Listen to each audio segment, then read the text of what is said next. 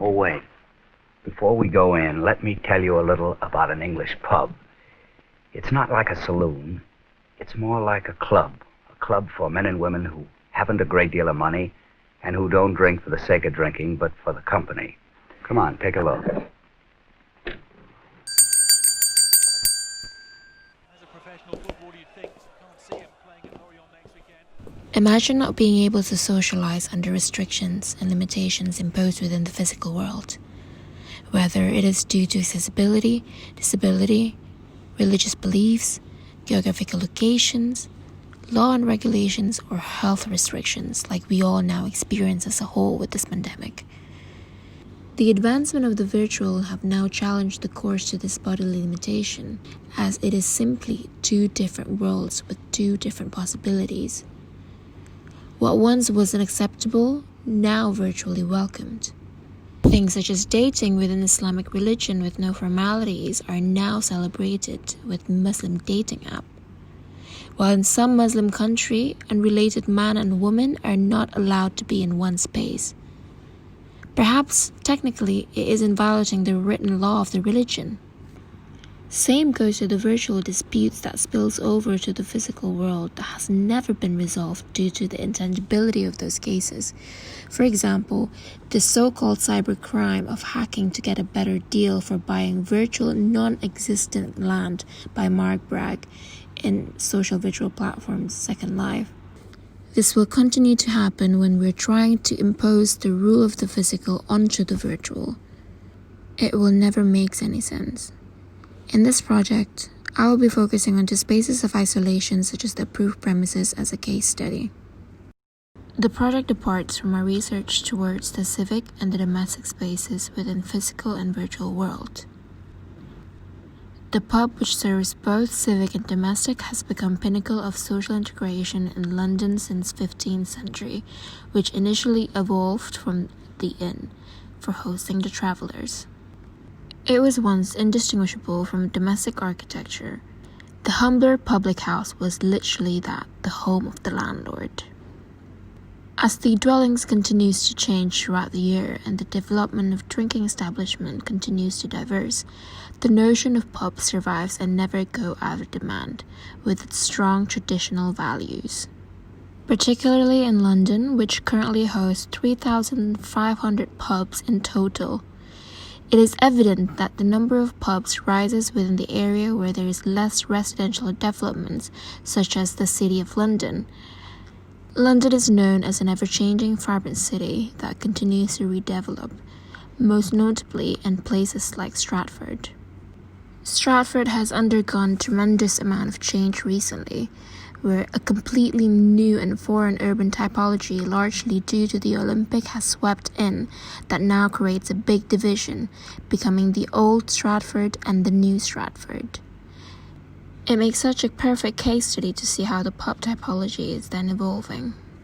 If we zoom into the old Stratford, it is apparent that each pub has its own demographic, regulars, as well as their own characteristic. But as a whole, the notion of pub has a distinct feature, almost to replicate traditional domestic environment.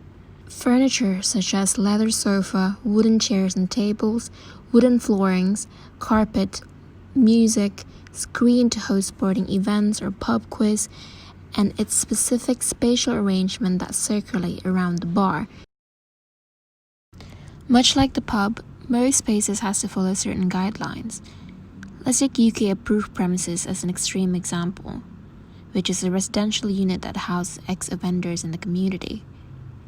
With its carefully designed national standard furniture from UK National BIM Library mainly for health and safety concerns, standardization of spaces such as dining room, game room, and quiet room are essential throughout most of 100 London-approved premises.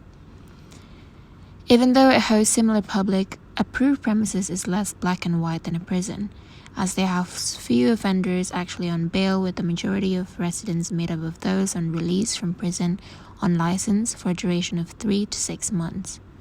In general, it is interesting how places with such complex programs and agenda which aims at different public has been vastly standardized. Moreover, Both pub and approved premises have gone through extensive media intervention. Things such as television and pub, as well as virtual reality within approved premises, just to connect the outside in. Unlike all of these past examples, we are now in a moment of history where we can create a kind of integration which is unprecedented. We are now able virtually and remotely put one person and an entire environment from one place onto another and integrate the two. I imagine a future scenario where most citizens of places like London have access to virtual integration, especially as it is for those under any form of isolation, through a non-intrusive AR glasses.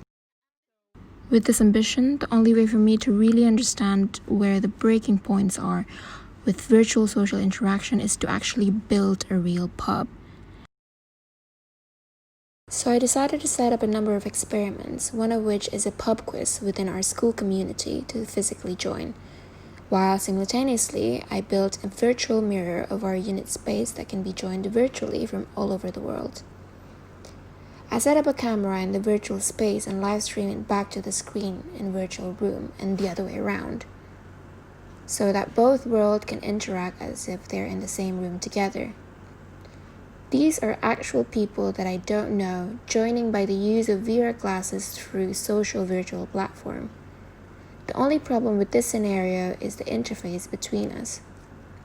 Although it allows us to overcome the limitation of the screen like what we experience in Zoom call, when we can only have one conversation at a time with no sense of immersion.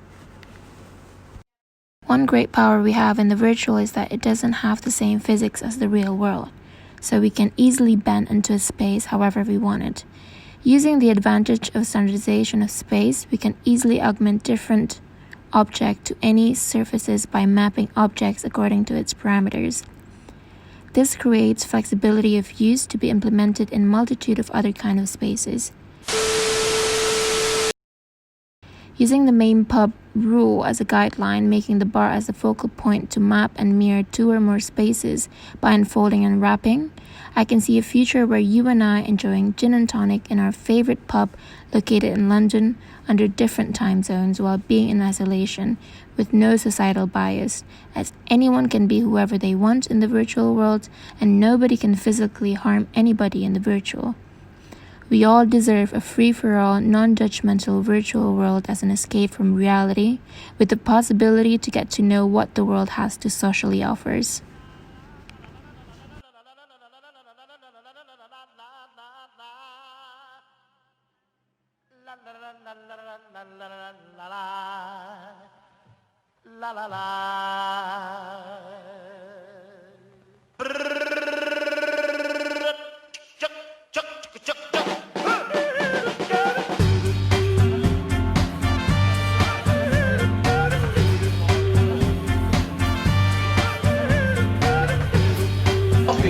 Good evening. Good evening. What would you like? Well, to start with, I'll have a large and tonic, sir.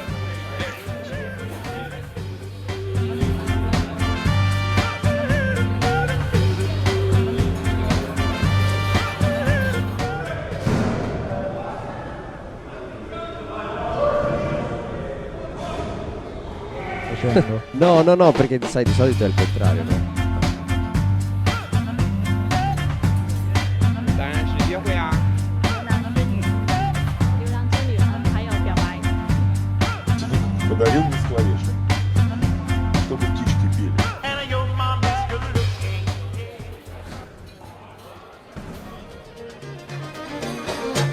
بلشنا بالتحضير لحتى يتصور آخر هذا الشهر من إخراج ليلى كنعان.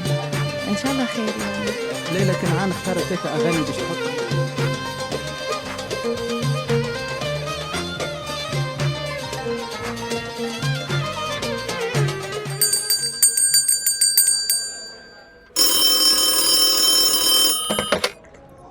Hello, this is a prepaid collect call from an inmate at Florida Correctional Institution. This call is subject to recording and monitoring. To accept charges, press 1. To refuse charges, thank you for using T-Netics. You may start the conversation now. Hi. Yeah, I'll meet you there. Yep, 5 o'clock British time. Alright, see ya.